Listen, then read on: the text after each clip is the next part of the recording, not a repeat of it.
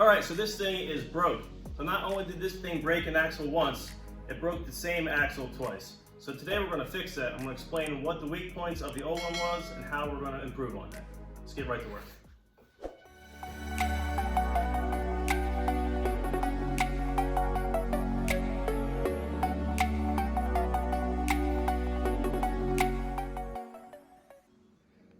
Alright, so both axles broke, or actually sheared off at the same location, right where this hub and the sprocket meet the axle. Now the reason for that is mostly because of the small diameter of this. Also with the torque pressures of this thing torquing on the motor, it actually just caused extra weakness to it. Now if you're thinking it's from the wheel falling out incident, right here, that actually occurred on the right side wheel, so that had nothing to do with either axle. And here's a side-by-side comparison. You can see same location, both sheared off. And it's also obvious where it's milled down to a smaller diameter where the splines meet. You can see it's actually way smaller there. It's just too weak, and that's what caused the break. And those splines just hold that hub for the sprocket. So moving on, let's explain how we're going to fix this. So I'm going to be completely abandoning this smaller axle idea and exchanging it for this much beefier model. But it doesn't come with its drawbacks. So I'm going to compare the two side by side, and we'll show you what additions or changes we're going to need to make. Now that they're lined up across from each other, you can see the size difference between the old one and the new model. Additionally, the old one is 29 inches long, how compared to the new one, which is 32, which will add some additional stability. So size comparisons. Now the old one is showing just about 22 millimeters of an outer diameter, while the newer one in the very center showing 30 millimeters, so that's quite a difference. Now let's talk about the end plate where the bearings go. So this axle is slightly milled down where the bearing will ride. So that's showing just about 25 millimeters there. So we have matching bearings. So they're 25 millimeters, which is great in comparison to the older model. It's had a 19 millimeter outer diameter, so that's where our weak point was, leading to that. Okay, so wheel hubs. This is the older one.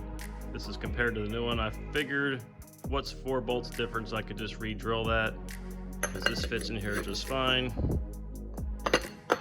That is not the case for this bigger model. I can't interchange them because the inner diameter is different, so we're gonna have to come up with a solution with that later. And on a positive note, the new brake rotor is much bigger than the old brake rotor, so that should improve our braking as well. So the old axle was set up with these unit bearings spread of 16 inches on center, which is where I built my frame around. However, the new axle are 13 inches on center. So to fix this, we're just going to have to cut up some square tubing and make some additional framework.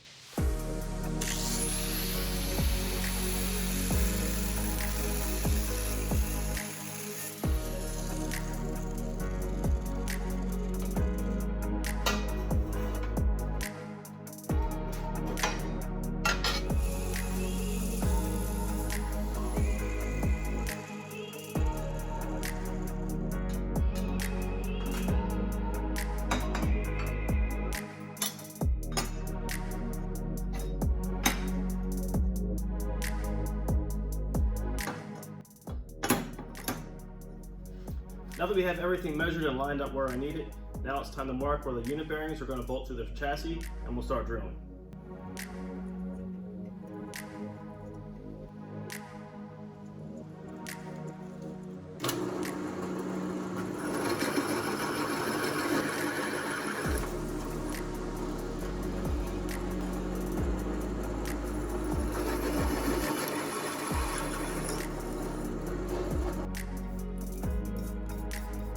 Now we're going to cut up 4 anti-crush washers with this piece of tubing.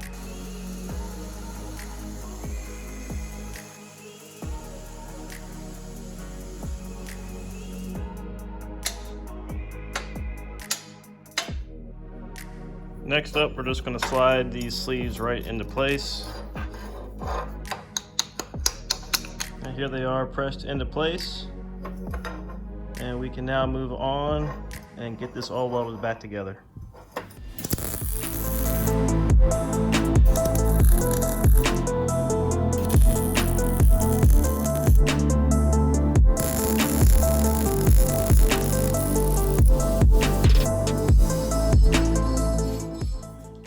have this thing pretty much already broken back down again. The only thing I really didn't like from my original design was all of this empty space in here. So I think we're going to address that with some extra metal fabrication. See what we can come up with.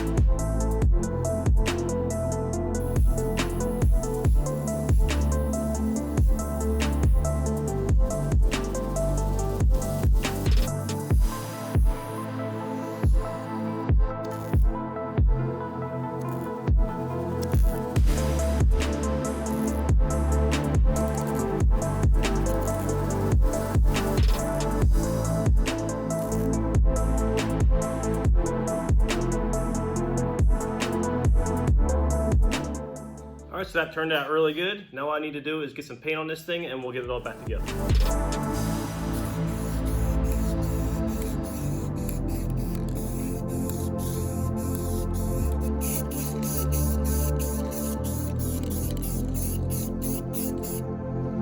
So while the paint is drying, I could probably take this time to explain what wheel I'm using. So this is another 6-inch rim. This is a split rim that you would use for like a lawnmower probably. So the reason I'm going with this is because I need to keep a 6-inch diameter rim, and it does fit this hub. Now the unfortunate part is, as you can see, it does not fit the 4-point mounting locations, so I just have to re-drill that. So I'll get those drilled out, tires on it, and we can get this thing to start put together.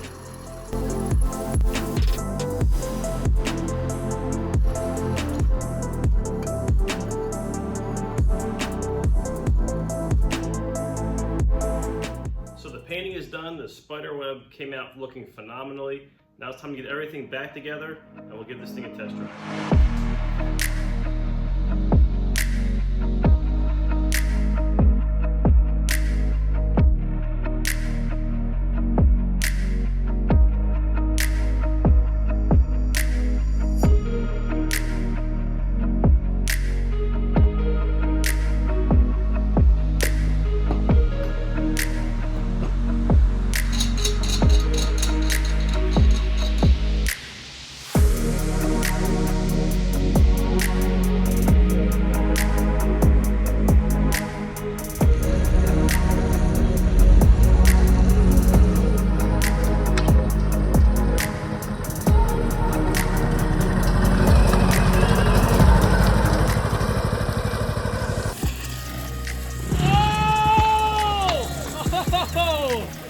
Dude!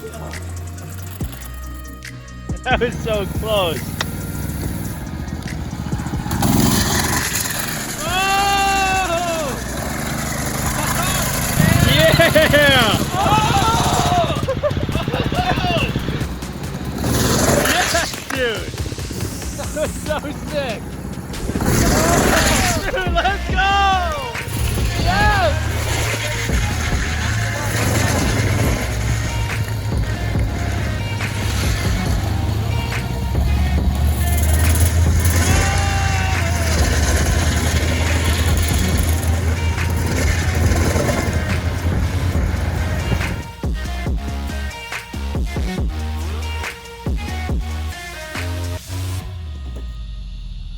Alright, it is fixed, it is bigger and better than it was before.